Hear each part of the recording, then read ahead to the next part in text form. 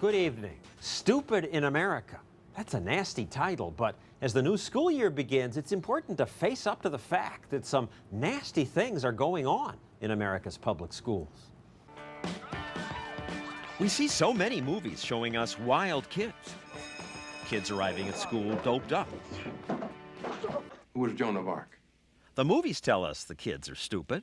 Noah's wife? The Republican-controlled House of Representatives, in an effort to alleviate... And the teachers, boring. Anyone? Anyone? Are real teachers that dull? Students told us yes. Some teachers are very boring, so everybody falls asleep. And is school as bad as the movies suggest? You see kids all the time walking into school smoking weed, you know? It's a normal thing here. Normal, kids say here at Abraham Lincoln High in New York. 4 years have been miserable in this school. It's like a hellhole. A hellhole? Really? Makes me want to know more. But it's hard to get our cameras into schools. New York City's school district wouldn't allow us in at all. Washington, D.C.'s district steered us to the best classrooms, like this one taught by Jason Camrus, who was National Teacher of the Year. You have 24 positives and 10 negatives. Draw it out. Oh, yeah. This is nice, and there are many outstanding teachers. But we wanted to tape typical classrooms. We were turned down in state after state. Finally, Washington, D.C. did allow us to give cameras to a few students they handpicked at 2 schools they handpicked. One was this one, Woodrow Wilson High. Newsweek says it's one of the best schools in America. Yet what the students taped wasn't confidence-inspiring. This is Wilson High School. We dance. Note that the teacher's in the class when he does this. You would say, well, it's a game. On that day, this teacher had his world geography class playing Monopoly. Right now, we're going to ask Mr. Greiner what Monopoly has to do with world geography. Like Monopoly, we have countries that do better than others, based on where you live. It was after finals, and I don't know if Monopoly can help teach geography. But I do know that this teacher didn't have much control over his class. Phil, get off the desk and sit in your seat. Ladies and gentlemen, listen up. Let's look at it. Mr. Greiner. Raise your hand. It's hard to believe you can learn much while this is going on. So, guys who are talking, stop. Please. Hey, listen. And this is one of America's best public schools. Put the dice away. Now you may be thinking, these things don't happen at my kid's school. 57% of American parents give an A or B grade to their kid's public school. The people in the suburbs say our schools are great. But they're not. That's the thing. And the test scores show that. Education reformer Kevin Chavis says American schools on the whole just aren't that good. And America isn't going to buy that. America's not going to buy America's that. been buying. Because America doesn't know what it doesn't know. Right. Most Americans don't know what stupid schools are doing to American kids. We gave parts of an international test to some high school students in Belgium and in New Jersey. Answer the questions to the best of your ability. What the Belgian kids think? Considering the test we usually get here, this was kind of a piece of cake. It's very easy. The New Jersey kids were also confident. How was the test? Easy? Hard? It was actually pretty easy. I think I did good. They have reason to be confident. New Jersey students in general test above average, and these kids were at an above average New Jersey school. But the Belgian kids cleaned their clocks. They got 76% correct. You got 47% correct. I'm shocked, because it just shows how much advanced they are compared to us. This boy got the highest score among the Americans, but didn't come close to the top-scoring Belgians. The test was so easy. I think that if the kids in America couldn't do this, they're really stupid. What's the purpose of the Bill of Rights? I don't know. What was a major cause of the Civil War? I don't know. American high school kids are beaten on the international tests, not just by kids from Belgium, but by kids from most countries, even poorer ones like Poland, the Czech Republic, South Korea. So are American students stupid? No, we're not stupid, but we could do better. I think it has to be something with this school, because I don't think we're stupid or lower than them. Right, something with the school, because the longer kids spend in American schools, the worse they do. Fourth graders take international tests, and at that age, American kids do well above average. But by high school, they've fallen way behind. Are the kids stupid? The kids are not stupid. The system is stupid. These parents and grandparents are furious at what they've learned about their kids' public schools. It's a joke. It's insane. They're not learning anything. Pam Von Goren, who used to be a teacher, was appalled when her granddaughter came to stay with her. She can barely add and subtract the numerals 1 through 5. She was with me for a week. She's reading fluently when she goes back, and she knows her math facts 1 through 20. In 1 week, you taught her Yes. what the school couldn't teach her in months? What's going on? So what is going on? Well, the schools say they need more money. Do they? What's the biggest problem facing public schools? Money. That's what everyone says. Lack of money.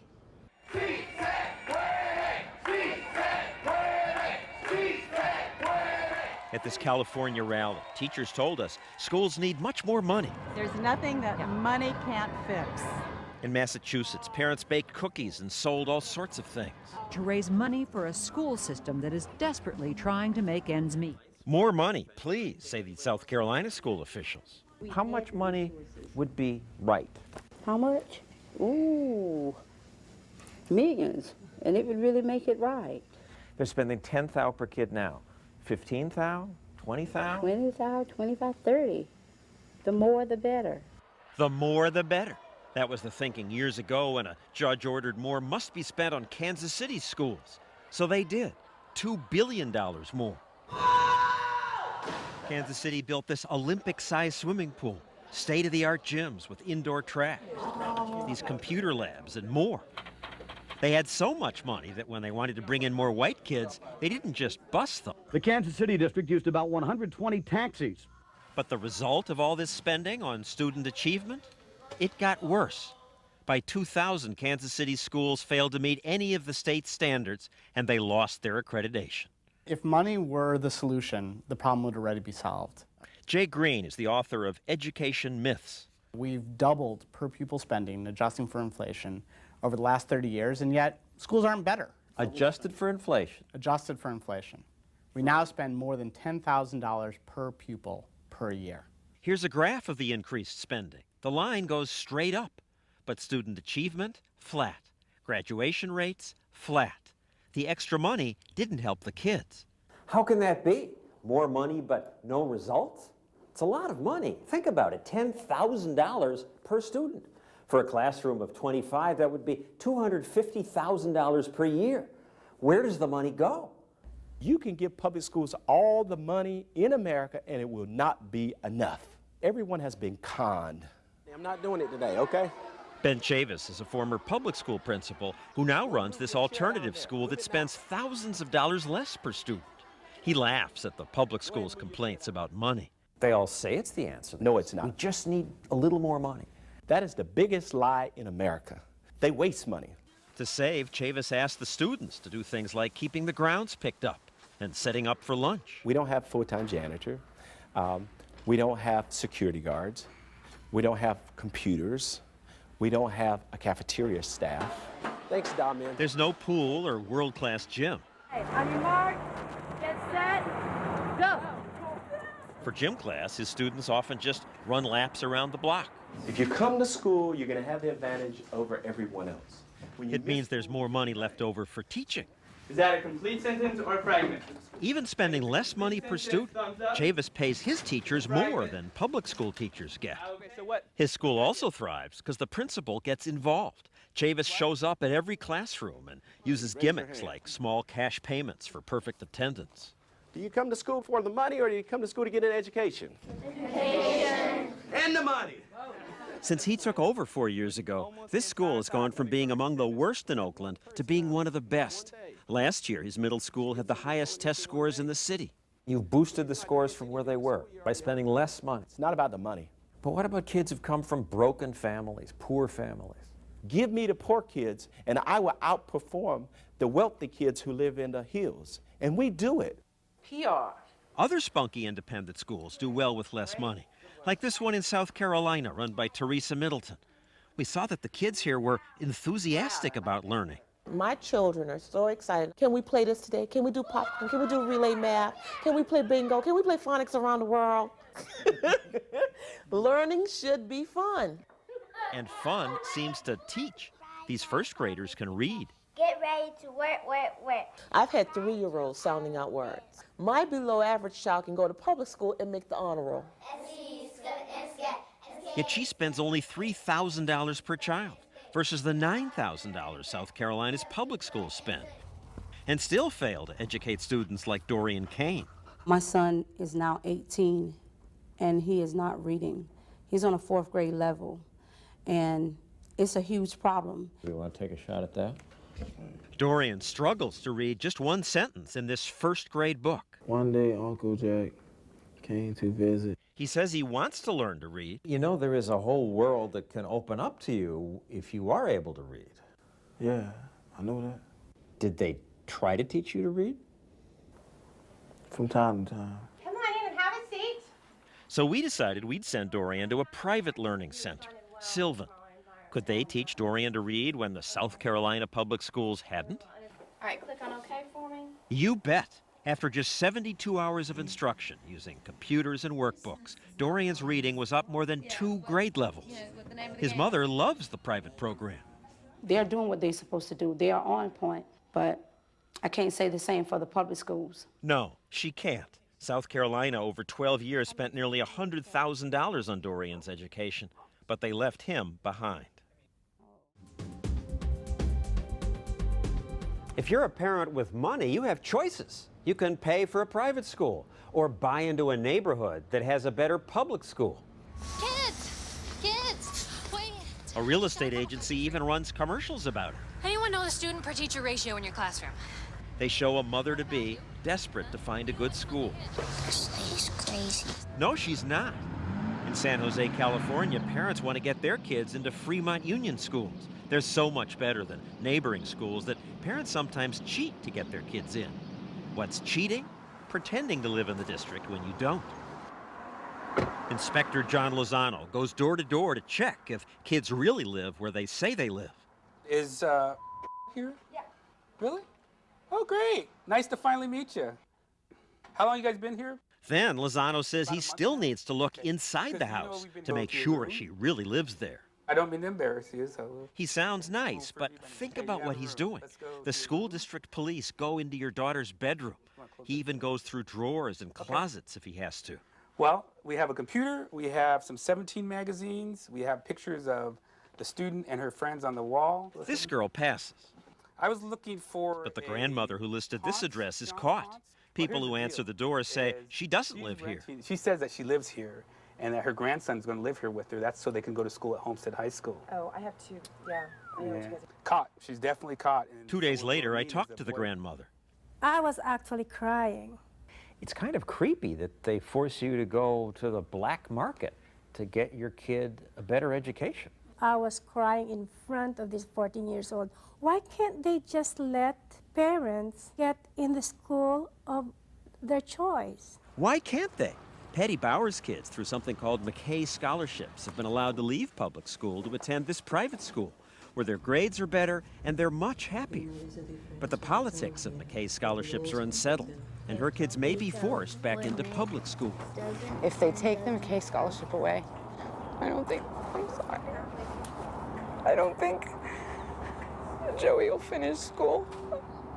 Why can't she choose her child's school? Most countries that beat America on international tests give parents that choice. There were a few people who got very, very high scores. Here in Belgium, the government spends less than American schools do on each student, but the money's attached to the kids, so they can go wherever they want, to a state-run school, or a Catholic school, or a Muslim, or a Montessori school. Because of that choice, it makes it a lot harder for schools because there's a lot of pressure. Kate van den Savel runs a state school in Belgium. She says because the money is attached to the kids, she has to please the parents, and that makes a world of difference. If we don't offer them what they want for their child, they won't come to our school. So she provides extras like cooking, more sports programs, furniture building, electronics. Is this what you like best? Yeah. You think that America doesn't leave any child behind, but I think that we don't leave any child behind and that you guys have some kind of a problem with that. I wouldn't send my child to an American public school, not even for $1 million. Her son lives in Belgium now, but when he was 6, his family lived in America, and his mom was upset when he was assigned to a school. In America, I sort of had to beg, please, please give me a good school for my child. And here in Belgium, they're all over the place. Because if they're not good, they're gone. You shut down bad schools. That's healthy.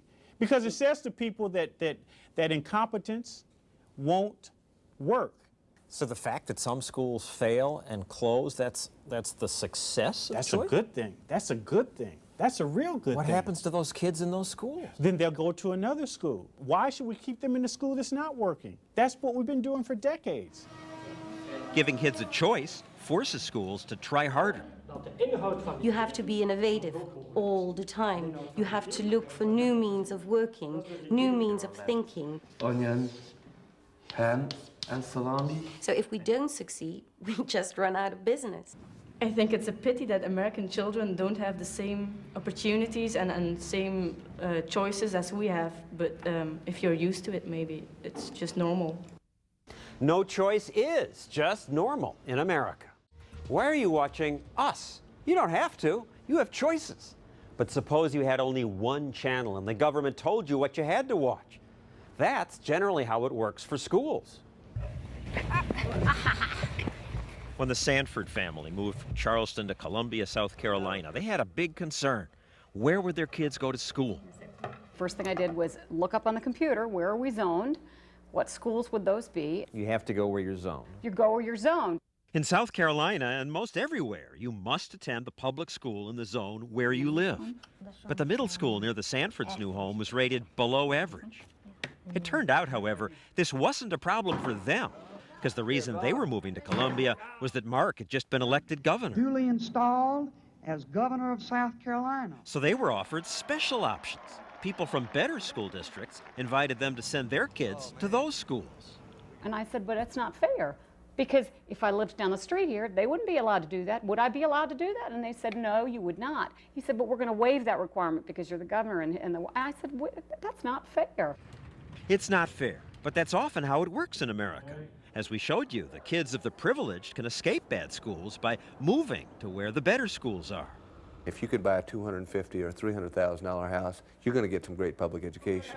But most everyone else is stuck with what the government gives you. Been in a public school system, no matter how much you complain about it, no matter how much you cry about what's going on with your children are stuck because of their zip code. These South Carolina parents say their kids' public schools were bad. They're not teaching the kids. If you hadn't pulled him out of the public schools, I think it would have ruined his life. Dale's grandson said some of his public school teachers helped him pass tests by telling him to cheat. they were giving him the answers? They were giving him the answers, and he said, they're teaching me to cheat so they could pass him on to the next grade. The No Child Left Behind thing, you know. Send him on up to the next class. Get him out of here. They really did not care. Lizzie Murphy's son was in kindergarten for a year without learning the basics of writing. He just learned to write his name, and that's through me telling him that an M is a hump hump. A kindergarten could barely write his name. What's going on? What are you doing? What are they doing? If you compare SAT scores state by state, South Carolina ranks last. I want to tell you that if you look at every indicator for South Carolina schools, South Carolina is not last. Inez Tenenbaum has been state superintendent for schools since 1998. We have been ranked as having some of the highest standards of learning in the entire country. Well, maybe you set high standards, but the kids don't achieve them. We are ranked #1 in the country for improvement on SAT. But 32 if you start points. at the bottom, it's easier to improve. You've improved and you're still last. SAT is an indicator that really shouldn't be used to judge any state. We're making tremendous progress in South Carolina, and we're very proud. Why be proud? Half the kids who start high school in South Carolina don't graduate in 4 years. And the state's first family was afraid to send their kids to the school they were zoned for. It's too important to me to sacrifice their education. I get one shot at it. If I don't pay very close attention to how my boys get educated, then I've lost an opportunity to make them the best they can be in this world. They decided to send their kids to private school. And the governor then proposed giving every parent in South Carolina that kind of choice. Does one size ever fit all? He said state tax credits should help parents pay for private schools.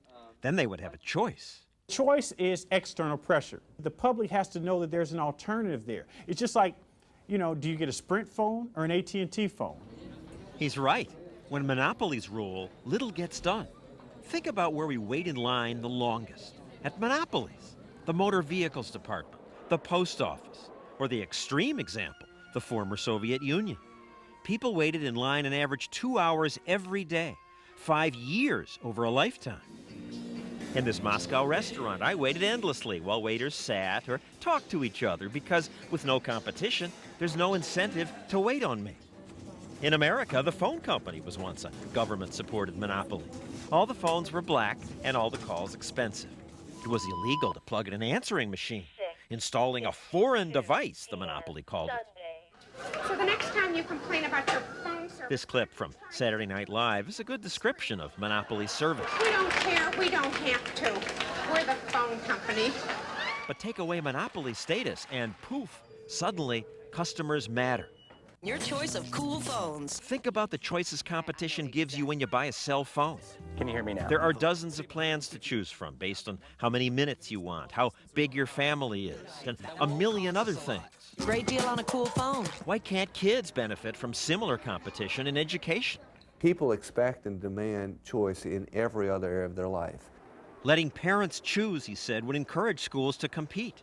And they'd quickly offer parents things like music schools, schools with uniforms, schools that open earlier, keep kids later, virtual schools where kids learn on the internet, sports schools, then who knows what ideas might bloom. It empowers parents that will ultimately improve education. The governor announced his plan last year, and thousands of parents cheered the idea. But most public educators and politicians didn't. School boards objected. Teachers' unions objected. PTAs even sent kids home with a letter saying, contact your legislator. How can we spend state money on something that hasn't been proven? It would decimate public education in South Carolina, and it's just not good for us. South Carolina's public schools are performing well. The teachers' union objects to any program that would use tax credits or vouchers to let kids escape public schools. They paid for ads that argued schools are getting better. Discipline is improving. Legislators voted down the governor's plan 60 to 53. Victory. The superintendent of schools was relieved.